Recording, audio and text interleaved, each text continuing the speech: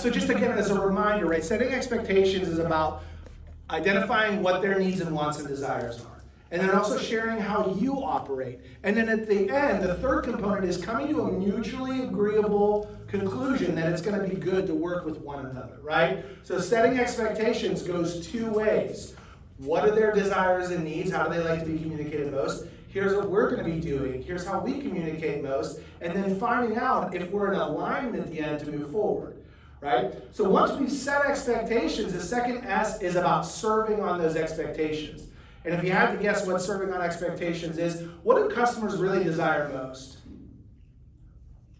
I hear this often with customers when we get calls in. Simply, if the agent simply did what they said they would. Communication. There it is, right? Communication. Call. Do what they said they would, right? So we have an opportunity, once expectations are set, to serve on those expectations. Now, this next S is the one I think is one of the most valuable and probably one of the ones that makes your stomach hurt a little bit.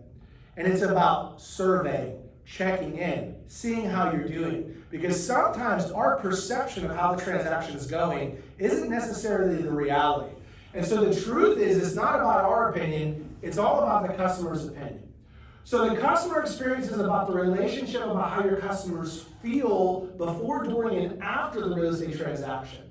And so the customer experience is a journey and not a destination. It's not an event. It's not one thing that says, hey, I responded to that one email in time. That's a great experience, right? There's a lot more to it.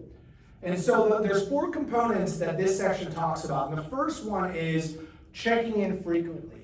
And we're going to go over the best times to check in, how to check in, and with what to check in. And so we're going to ask for feedback with surveys, reviews, testimonials. And there's systems and models around this, and we're going to even share with you a couple resources that you can take into your business, modify, and then deploy.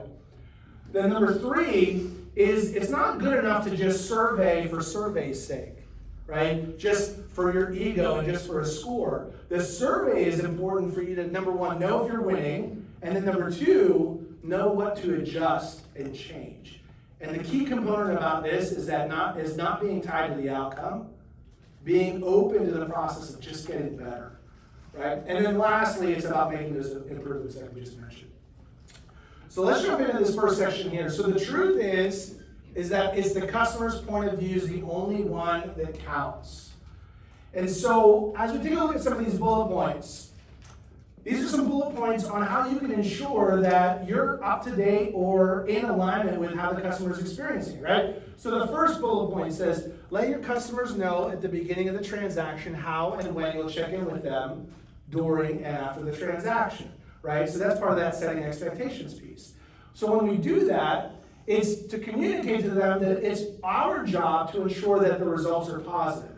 So this is a future pacing. This also shows up whenever we talk about things like the promise. How many of you are familiar with Mike Hicks's promise? Well, in the promise, in the consultation, Mike says, our goal is to provide such an incredible experience for you that by the time we're done with this transaction, we're going to ask for two things. Number one, we're going to ask for any referrals of anyone that you may know. If we've done a world-class experience, we're going to ask for a referral. And then lastly, we're going to ask for a 5-star review because it's the only way that we know that we're getting better, right? And so they set that expectation in the promise there. And so one of the ways that we ensure that things are positive is by, and this is one of the tips last time, is never hang up the phone without letting someone know what's going to happen next, right? Setting those expectations of what's coming. Always ask if they have any questions, any additional questions, anything that you're curious about. Are there any gaps, right? This is the third one, right? So this third bullet point is one that we think is going to happen, and yet it's the one that most rarely happens. And that's when, even when we give the customer permission and say, hey, you have my permission to, at any point in the transaction, stop and let us know if something's going off, right? The reality is that most people will not come to you if they're disgruntled. It takes too much energy, and some people are just really non-confrontational. And we're going to talk about the 2 times that people give reviews, and it may not be what you expect, right? And then the fourth one is throughout the transaction, when you check in with your customer, how can you make it memorable and personable? Right? How do you make each of your interactions memorable and personal? Right? What are any other systems or things that you do to ensure that you're checking in with the customers? What bullet point do you have on your list? What are some of the things that you employ in your interactions with the customers? And you don't have to wait for the microphone. You can speak to me and then I'll speak it into the universe. So what do you do to separate yourself out, communication-wise and experience-wise? So we do letters. Okay, Chris says they do letters. They're form letters at specific points in the transaction.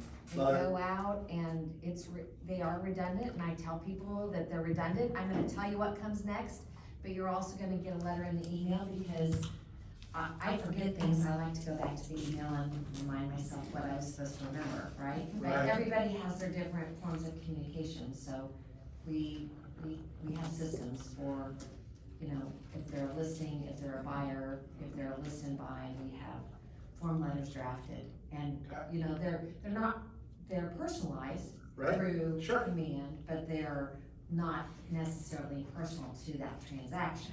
So you have like steps of the process that are coming up to give them a heads up, like, hey, right now this is what's happening, or this, here's more information on the title process, and here's am I hearing you correctly with that? Exactly, Awesome, yeah. awesome, So great, give it to them in multiple formats. perfect. Anyone else? Anything else that you feel like you do unique or positive that affects the consumer I always say consumer or customer, I interchange it back and forth, and it's definitely the customer experience. Yeah, Randy. I can tell you that many of the calls that I take when the consumers are not happy have to do with communication. Well, you're gonna even hear firsthand from some consumers, Yeah. customers. And the videos. fact that, you have to understand what communication is to the client. Right. Because many of the ones that I talk to say, they only text me. They Yeah. never pick up the phone. Yeah, this is really great. Great segue. Oh, Steve, real quick. I was just gonna add, you said, what is unique?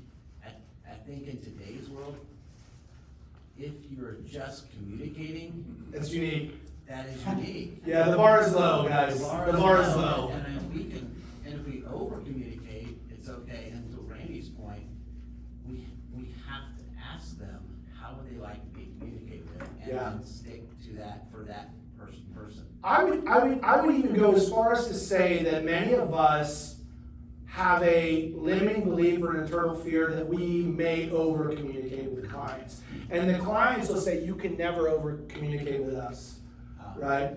In the client's perspective, you can't update them enough, and in your perspective, it's like, I am bothering them. And so we're diametrically opposed. I would love to take those calls. Right. The agent is The agent communicating keeps too much. informing me of everything. So here's an example here from a mega agent, Steve Shader. He's got an agent, so he had an example of a client call that a customer didn't feel that the agent was doing a great job. So a customer didn't want to work with an agent on his team anymore. The agent was working with the customer, had been working really hard, going above and beyond to deliver great service. The agent did everything right, or so they thought. Dum, dum, dum. So when Steve asked the customer why they were unhappy with the agent, the response was because the agent didn't call them back right away. So although Steve's agent was performing at a high level, the client felt that their experience wasn't any good because what did they have? They had a certain expectation on the rapidness of reply or communication, right? And so if we go all the way back to the first S, where do all frustrations start from? Unmet expectations, right? And so questions are, think about this, right? And are you interrogating your own business and your experience in the same questions? So what could the agent have done differently? What could the agent have done differently?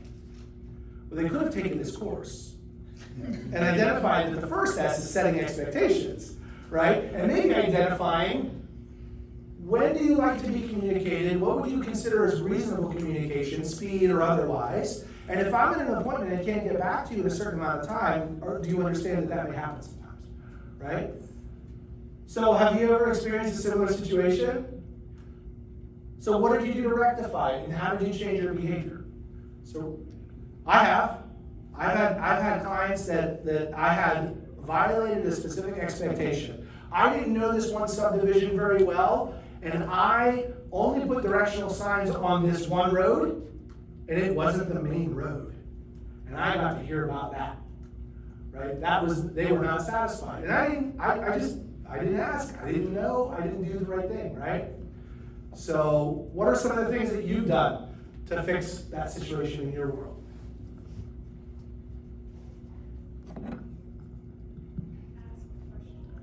Just ask more questions, right? Come from curiosity, ask questions. Yeah, right on. So how important is the customer's feedback to you currently, and how important do you feel like it actually should be? And then what standards or systems do you have in place on how often you survey and check? So we're gonna go over those in this little section here. And then how does the relationship affect the customer experience? Would you, on a scale of 1 to 10, would you say it's pretty high? Pretty high, yeah. The relationship is everything. And when we talk about relationship, if we go all the way back to Susan Scott's book, Fierce Conversations, she says that the relationship is the conversation, and the conversation is the relationship. So if you want to get into a relationship with your customers, what do you think you need to be doing more? Conversations, questions, checking in. That is how to build a relationship. It doesn't happen through text. It doesn't always happen through an automated drip, right? How do you make them feel really unique and memorable, right? So the second step is not just understanding that we need to, yeah, sir. I was gonna ask a question. Does that work in other ways in your life too? Not just working with consumers? Yeah. Yeah, so I just missed a call from my wife. Yeah. Thinking about, okay, communication, relationship, right? Expectations. Yeah, right? There was somebody put a little tip in there. For instance, for me, my instinct is to have my Mr. Fix-It hat on. And yet, the purpose of that conversation may simply be a vent and listen. And in my world, that's a waste of time, but it's not for her. Right? It's like, well, let's fix it. She's like, we don't need to fix it. I just want to tell you about it. I'm gonna fix it. I already have some ideas. Cool. So you just want, let me switch hats to the listen hat. Let's go. Tell me. That was to be a versation. Listen, I will support you through listening and affirming. Yes, I'm sorry you feel that way. That's no good. Man, I feel the same way too. Woo! So the role reviews and testimonials play in the consumer's purchase decisions. How many of you recently have either ordered something online, gone to a specific place to eat, or booked a place to stay based on what? Reviews are everything out there right now, right? The studies show 86% read online reviews for local businesses. 68% were more likely to buy from a local business with positive online reviews. 89% of customers' testimonials were considered the most effective content marketing tactic for B2B businesses. And then 90% of consumers say buying decisions are greatly influenced by positive reviews. I'll also add that not just positive reviews, how do they handle the negative reviews? Says everything about a company as well, right? We'll talk about that. Here's a quick little video. So the myth is, of course they're gonna write me a review. The truth is, people generally only write reviews if it was awesome or awful. Those are usually the two automatic reviews. The one in the middle that's not being talked about is when they're asked as well, as long as it's been a positive experience. And the only way we can be sure of that is if we're taking surveys, right? So take a look at this quick little video from some consumers around the review. So what compels you to write a review? This is what the audience wants to know because we all are looking for that great review. I read a review when my selling agent, when I was in Chicago, she was amazing. She was just so on top of everything, and she immediately would call me back. just any question I had, she knew. What just- site did you write the review on for her? I did on LinkedIn. On She LinkedIn. she asked me to do it on LinkedIn, and I mean, she just went, whatever needed to be done, she went beyond. So overall, on a scale of 1 to 5, what would you rate your realtor? And what do Listen you to think this. they did best were, and where do you think they had the most room for improvement? I would rate them a 0 because in addition to all the letting the people move in before the closing and having me pay all the utilities, they also did not appear at the closing. And the mortgage person got on the phone with me and said, this is very uncomfortable because I'm supposed to be a neutral party here and nobody from your 2 realtors haven't shown up. So the poor mortgage broker had to negotiate a final financial issue on behalf of me in addition to being, neutral. So I would give them a 0. And I slammed them on as many social media places as I possibly could and shared that information with all of my friends and relatives in DC. So I don't know. In I've never DC. looked to see what they're doing, but I mean, just horrific. Where the average sale price is $850,000. Am I out? Am I not even? Or is it just because Yeah, probably that. I turned it down a little bit. So can you see the importance of reviews, right? If you're getting reviews automatically, it might be from one of 2 areas. It was awesome or not so, and yet you can adjust the second one. I can't click it. Okay, can't click it. There we go. Whoa. So, surveys can be done in a lot of different ways. Here's a couple different systems and strategic options for you. So a survey system should consist of 4 components. So the survey instrument, like just a list of questions. And what do you have just in place that you're going to be asking? And then what is your delivery method? Is it paper? Is it in person? Is it through text or email? Automated? And then what are the scheduled dates and times that you send these surveys or reviews? And then do you have a method of recording and tracking results? So this is a system or a model around it. So the question is, well, when are the best times? Well, a lot of the studies show that during the transaction, there's a honeymoon period. And there's several parts of the transaction. If you think about anytime anything positive happens, you've got a 1 or 2 day window where the client's opinion of you is highest. So when you get the buyer agency signed, when you get the property under contract, when you finally finish the negotiations or the resolutions for the inspection, whenever you're doing your final walkthrough, they're super excited, and then at the closing. And then you've got beyond. What is your post-close system for checking in and making sure that everything is still going smoothly? After the close, 1 to 2 months after, 1 year later, and all of the above. So here's an example of a survey that is in the resources. So if you go into KWU, back to the customer experience course and download the student manual, and there's also a whole bunch of Word docs in there as well. Here's just an example of a customer satisfaction survey that you could put together, where it says on a scale of 1 to 10, with 10 being highest, how would you rate Michael Ryan's communication? How would you rate their professionalism? How would you rate their skill during the sale? How would you rate their negotiation? And how would you rate their overall performance during your purchase?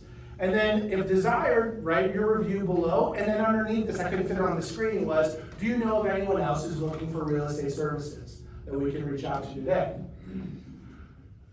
Having a system like this allows you to track what the industry calls the Net Promoter Score and system. And when you take a look at a scale of 1 to 10, there's 3 types of people that are in that scale. The promoters, the passives, and the detractors. And so the promoters live at 9-10. This is where you want your reviews to be. These are the people that are actively willing and would love to review you, do a video testimonial, tell their friends, etc. The 7-8s, those are the passives. They're neutral or not dissatisfied, but they're not really probably going to go and do anything for you. And so these are the ones where we really have a great opportunity to make a 9 and 10 throughout the transaction by survey. The 0 to 6s, these are the detractors. These are the ones that are unhappy, they can damage your brand, they can impede your growth through negative word of mouth. Now, can you help everyone all the time? Not everyone can be helped at all times. And yet, if you're following this system, setting expectations at the beginning, could you maybe identify somebody that is adverse to being helped early on and maybe refer them somewhere else? Possibly, right? If you have a system for serving on your expectations that you said you were going to do, would that maybe change someone's mind that may not be really a very positive individual, that like, hey, they're doing actually a pretty good job? And if you surveyed along the way, would that maybe move somebody from a 3 or a 4 to possibly an 8 or a 9 if we check in consistently? It could, right? So the whole thing about this system is knowing where people are, and do you have models and systems in place to move them from one side to the other? And so when we ask for testimonials and reviews, where should they go? Where should we put them? Right? And there's a lot of different ways that we can ask for them. What are some of the ways that you all ask for reviews, and where do you put them? Where are your favorite places to put them, and why? And don't look at my list. Just kidding. You can. Ours is just, I mean, it's part of our process is to ask our clients when we get to closing for a Google review specifically. So, Yeah, Google reviews. Right? Those are right now some of the most powerful reviews you can have. Are you guys, what do they call it? Screened? Are you guys familiar with what being screened on Google reviews is? You have to verify and prove your business is a powerful business that's been screened, right? So you provide insurance and all of that stuff, like you show them all the market center stuff, right? So if you don't know what being screened on Google is, Google it. And you will identify and find out, right? And so what it also does is the algorithm allows you to show up in front of everyone else if you've got high reviews and rankings in that area. Now, you're probably noticing that you don't see Zillow and Trulia and all of that up here. However, are consumers still looking there? So the caveat that I'm going to pose is don't only put them there. So if you've got reviews and you've got a bunch on Zillow or Trulia, don't stop putting them there. Put them there. However, just know that they can change the game at any time, and they already have. They've pushed your reviews down.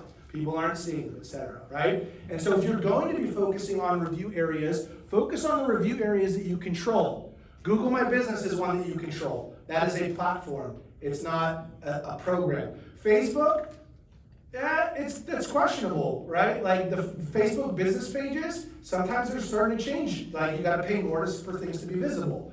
LinkedIn is one that you can control. Yelp, YouTube, right? And you're like thinking voicemail and text. Like why would I want a voicemail or text? Well, maybe somebody is only going to send that, and with your permission, you can transcribe it and post it in other places.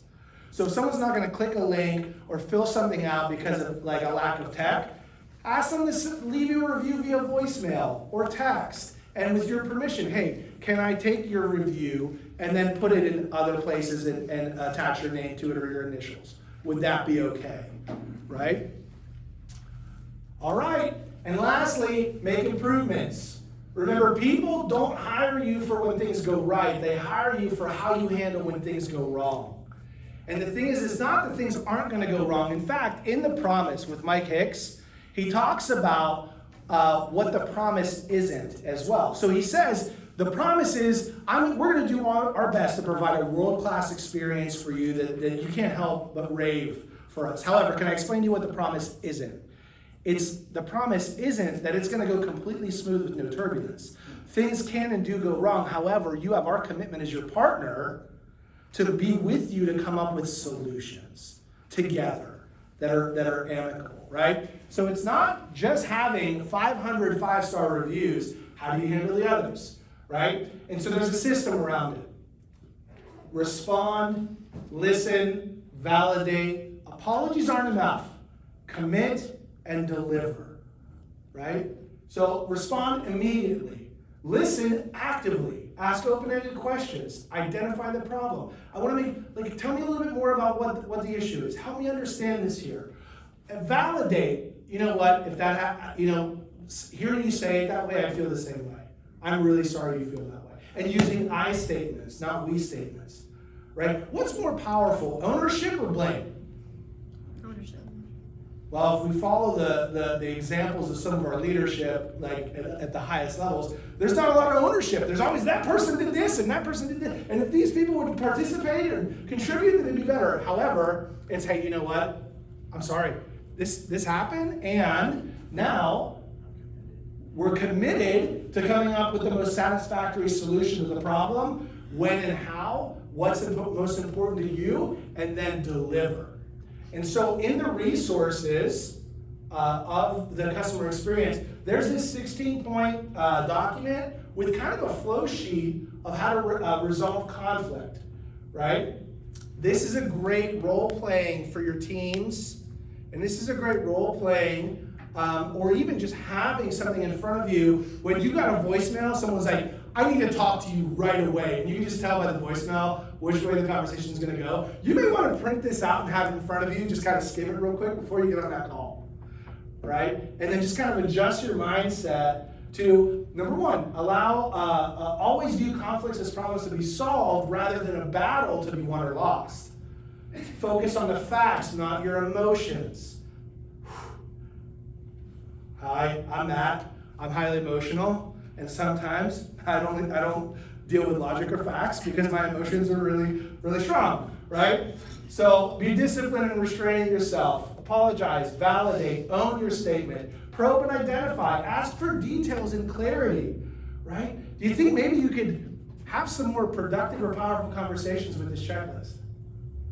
Absolutely, absolutely, right? So again, our customers don't hire us just for what can go right. They also hire us to take care of the things when they can go and may go, and generally they do go wrong, right? Here's a quick little video that the myth is, well, my sellers know that they're my highest priority. They have to know. I do all of these things. And the reality is that, well, the seller's perception is their reality. Production, roll that.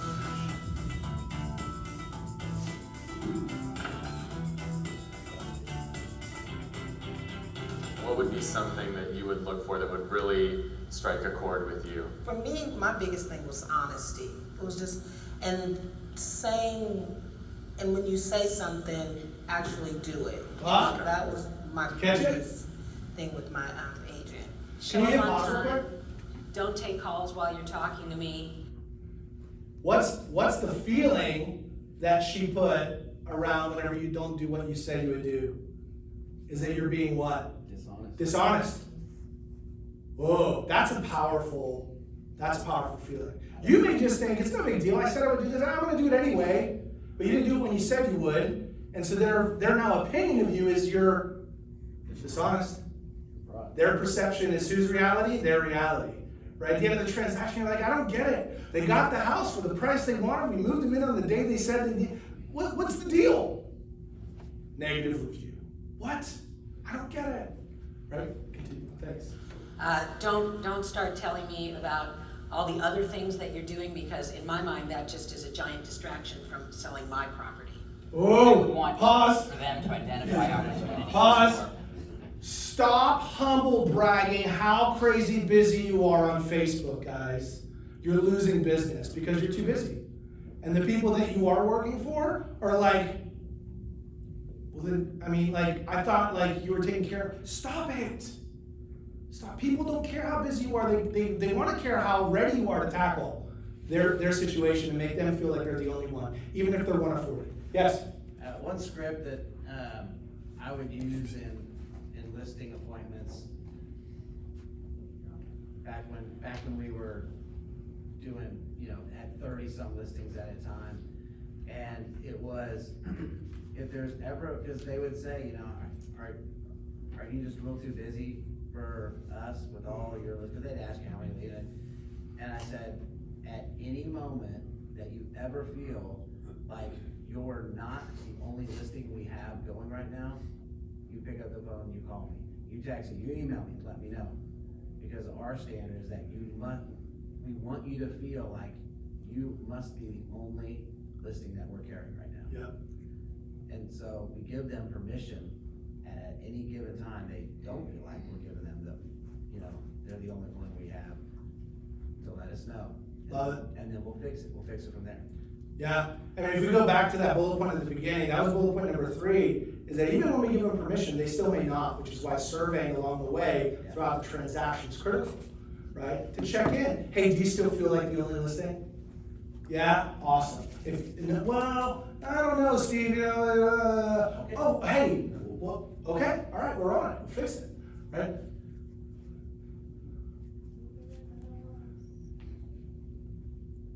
Or inform me, communicate with me on things that they're doing behind the scenes that I don't know they're doing to help. Like, hey, I was talking to another agent the other day, was looking for someone who was interested in townhouses, and I got them to come over to, just to know what was happening, what they were doing. Quite often there were times of radio silence. You know, even some people would come and look at the house, and you know, and then I would get the feedback. And sometimes they don't provide it, I understand, but you know, a week here and there would go by with nothing from my agent. What I want is a very proactive realtor. I want. So this is huge.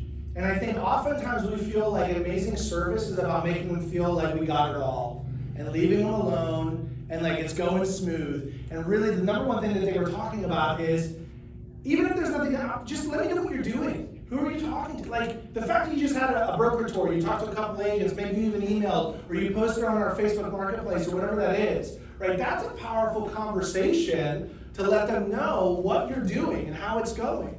Right? We think we don't have anything to update, and yet we do a ton of stuff all the time. Right? Here's my favorite guy. You every week. Listen to this guy. I want to know what you're doing. I don't want to have to call you. My whole life is relying on other people's expertise. I find the best plumber, the best electrician, and let them do their jobs. I don't micromanage them, and I don't want to micromanage a realtor. I don't know your business. You know your business. So I want a program, I want marketing. If it's not working, I expect you to vary it. And I expect to hear from you every week. Even if nothing is happening, call me and let me know that you are aware that I'm still alive. So you can tell he's a really high S. He's all right, soft and really, no. That's a very high D personality behavior. He says, what? I don't want to have to call you. If I have to call you, you're already not doing your job. I don't know your job, you know your job, not me, right? So real quick, so chapter takeaways. Executing on the 3 S's. The third S, or the 5 S's, is survey regularly to check in how things are going. How do you do that? By checking in to see how they feel about your service. You may not be consistent with how you think you're delivering it.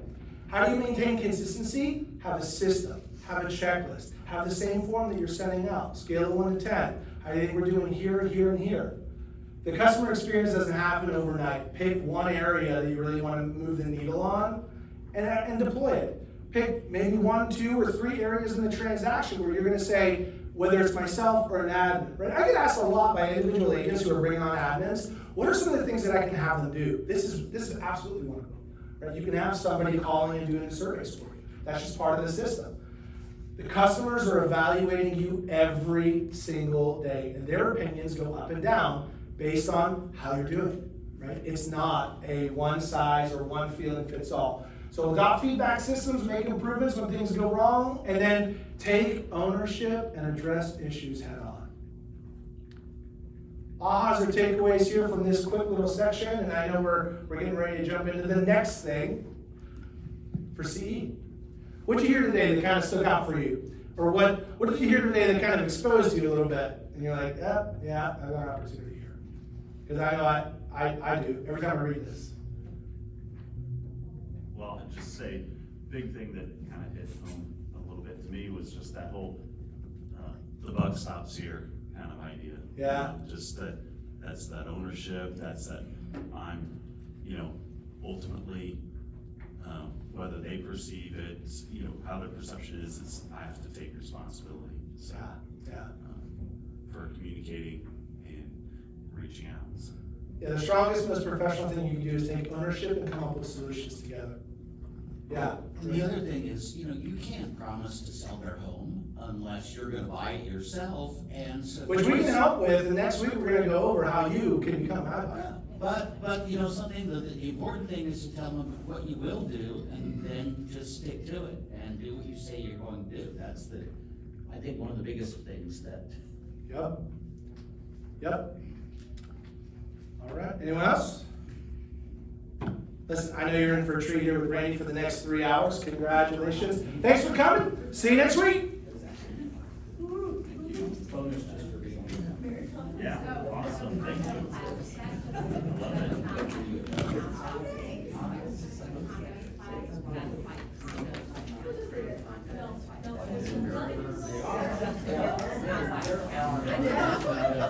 even have